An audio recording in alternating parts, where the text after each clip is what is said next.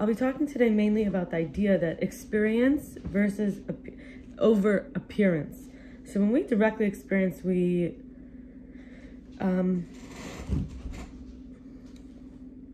have to see aspects that we may not have wanted to, or that until now we may have been indirectly experiencing. So I'm going to start with one foot in front of the other. That's really how fast we're going. So value is not the same thing as price. I've mentioned something like this before, and this idea that appearances we could relate to price, like a superficial value, superficial price, a superficial quantity, detail, right? Value is the inner.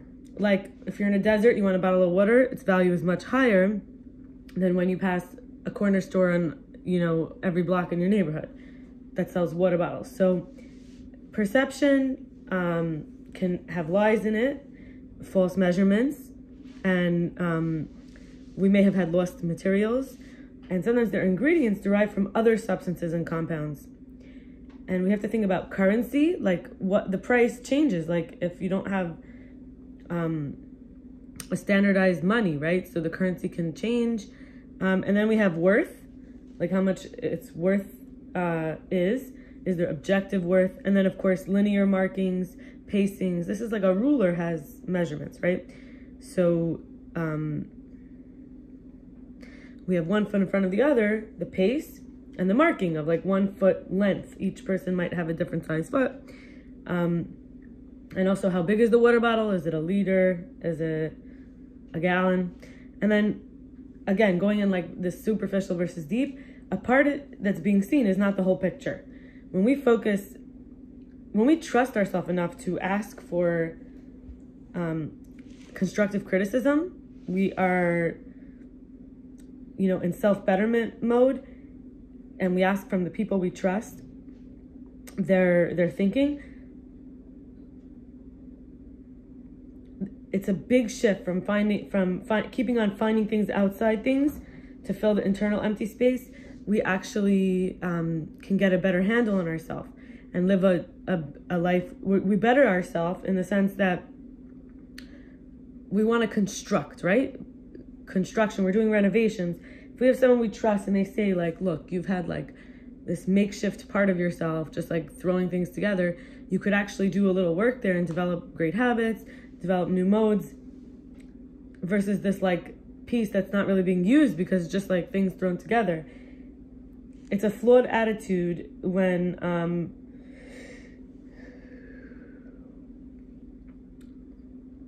we just like throw things together, because instead of approaching it as a progress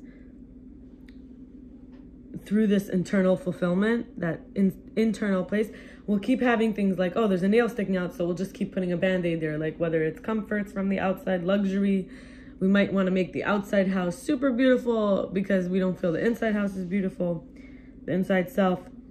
And so it's a lot about focusing our thinking as an act of self-love, to be able to attain mental health through training our will. So the will to be a better person, the will to hear things that we, that might make it sound like we have flaws. I heard this once, and I might have said it before, the millionaire's mindset.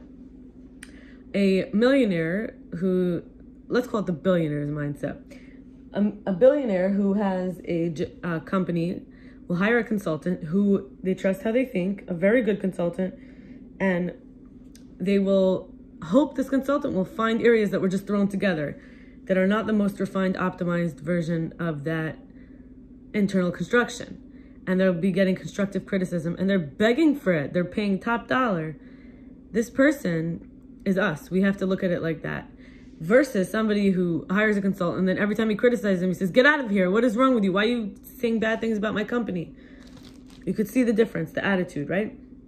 This doesn't mean that we should have people who constantly criticize us. That's not what we're doing here either. We're having a person we trust how they think, and it's in measure. It's in the right measure. And it's for the sake of value, for our value to go up with ourselves. And so with direct experience, there's usually a reason why we didn't have direct experience until that time. We can notice where we did not have direct experience, where we may have been throwing things together, rushing. We're not gentle. There's a harshness. It's not modest or subtle or soft or discreet. It's very pushy and aggressive. We can even call it hypocritical. It's somebody who wants others to slow down. Like, this is a part of ourselves that we haven't really done construction on. Even threatening, defensive, lack of a core stability, lack of core peace, easily triggered and feeling disappointed often with very high standards, where maybe I'm judgmental, accusatory, refusing to absorb or take in from the other. And I also want to share this idea I brought up of modest versus harsh. Some could say, well, isn't that masculine and feminine? So there's this idea that a man still has to be also kind of modest. Like, there's this idea in Judaism that a husband, this is a value in Judaism, is someone where you both admire each other. You are best friends. You can trust each other. You're good company for each other. Each one could be their self. And there's enough sharing of value. Like, I value this and you value this. We can value each other. We value what we're building together. You're two people who could construct well together. So you don't have one who's always taking out the nails and someone who's always putting them in. You don't have someone who's always, cutting things in half and the other person who's gluing them together. You have a construction team. Right? And this way, you trust this person. When they give you feedback, not often, like I don't mean not often, I mean not like on a regular basis, constantly telling you what to do and micromanaging you, but rather a husband being somebody who, even though a man could often be a little more faster, a little more pushy, but that he uses that to realize you're building together. This outside home reflects the inside home. So in Judaism, we have the man has a direct experience of his feminine through his wife, and the woman has a direct experience to her masculine through her husband. They're like soul sharing. And this idea of togetherness is all about collaboration. Some people call it the nexus. That's the point where the light meets the vessel. It's really a synergy. The two people come together. It's not just a summary. It's not just adding the two people's strength together, this joint strength.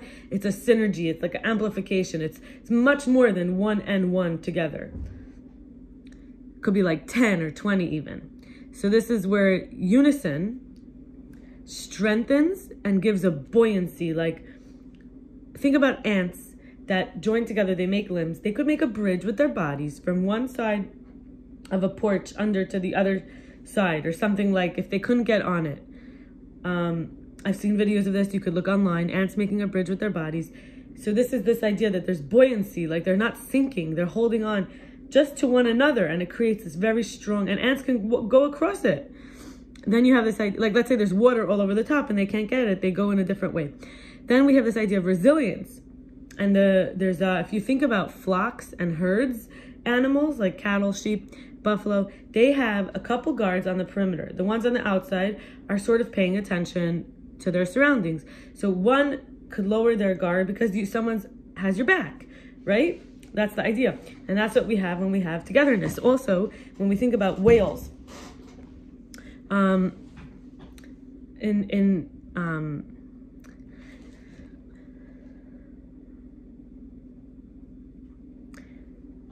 how when they hunt, like in a group, they gather, they always narrow in more onto the resources. So you have somebody who, we see it all over the animals, and then we see in humans too, not to say that, we get it from the animals, but to say that we could observe these behaviors from even on a simple animal level, not even on a higher, we don't know how conscious the animals are, but even not on such a conscious level that we could talk about it. Just in a simple way, this is what togetherness is. Better resources, resilience, unity, buoyancy, collaboration, and synergy. And then I was looking in myself and saying, where do I have an issue with togetherness? So first I'll say, God being this all force giver. What does that mean? That means that all force. What vessel can hold the all?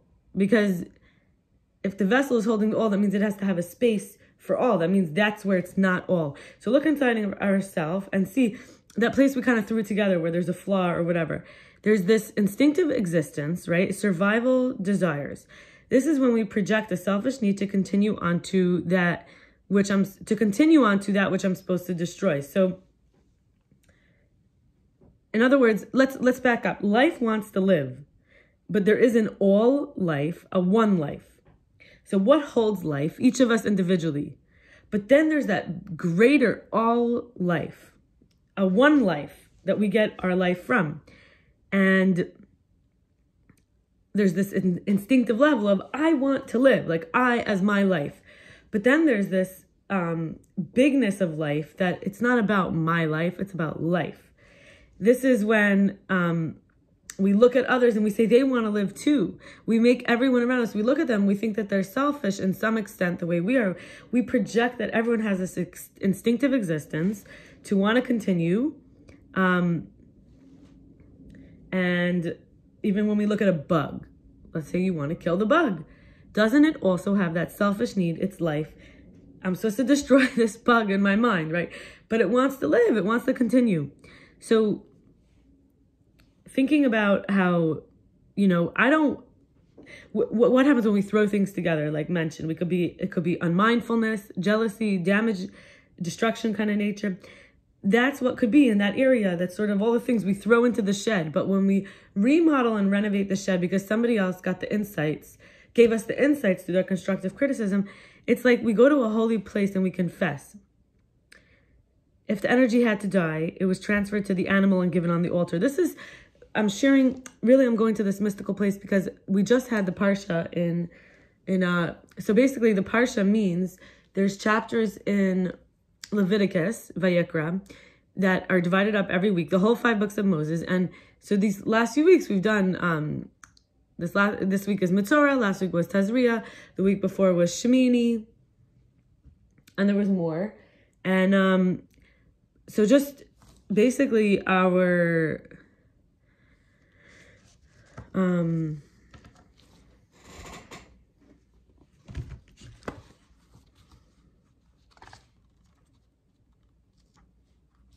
like I remember there was Tzav. And so basically all these weeks are about pretty much all these different ways of having sacrifices. What did someone do? They had to actually put their hands on the animal and give the animal instead of their self. I am the animal on the offering that I gave. And I see on this animal, it wants to live. I project on this animal that it wants to live. The fact that I could now connect with the fact that someone has to receive the consequences, right? Or this bug, basically, we can confess. We can say, I don't want to be any of these things that I'm not supposed to be. But I was, and I brought this energy in. And now I'm finding a vessel for this energy, and I'm staying alive. And this is what people do when they eat meat, okay? I'm not arguing with anyone who's vegetarian or not. But I'm just saying, when someone eats meat, they're saying, I need the energy. I didn't have the energy on my own. I need it for food. Food is fuel. And so there's the destruction happening, the destruction of the life of the animal. We are able to look at this as an all-force giver. There's a all life. And life is in that animal too, and it wants to live. So this is this instinctive existence, survival desire. And this is how we start to recognize if the energy had to die, if there's an energy that had to be rid of it, in other words, we had to pour it out of the vessel. I looked at myself like this part of me, we have to take everything out of the shed, right? Why do I have a doubt that bad things are my fault? And I had to look at it, and I'll end with this, because I was taught that, and this is where, this is something, for example, that could cause me to do things that I then have to confess. I have to go to a holy place where I feel like, what does that really mean? A safe space where I'm having a direct experience, and I'm not, I feel supported by the environment. So, if there's a holy person, right? Because I was taught that God is always good, even means well, never get sidetracked by the human emotions which cause anger and hatred. So here I am, right? It's like a confession of anger and hatred. But the Bible says these things, struggling to integrate unprocessed materials around a bloodthirsty God who's willing to desire animals for sacrifices for our sake. And I'm saying here that God is talking about in these parshas, these chapters, parsha meaning portion, it's divided each week of the year, asking for sacrifices. And this is so that we don't have to die, right? So, but God needs the blood, God needs the animal, the life. So we have to look at God as the all-force giver, the one whose life is in everyone. So God here not being separate from life, but being life that's in everyone. And to make it confusing is to say, I don't know if godliness, then might be translated into carnivorous instinct, to want to consume of the life of the being. And yet in the teaching of the other side offering, also which can control us. So if it's a habit to appease the desire for kill, for prey, and like I mentioned, some people might say it's a little more masculine, right? To attain, to acquire, to kill, to hunt, to conquer.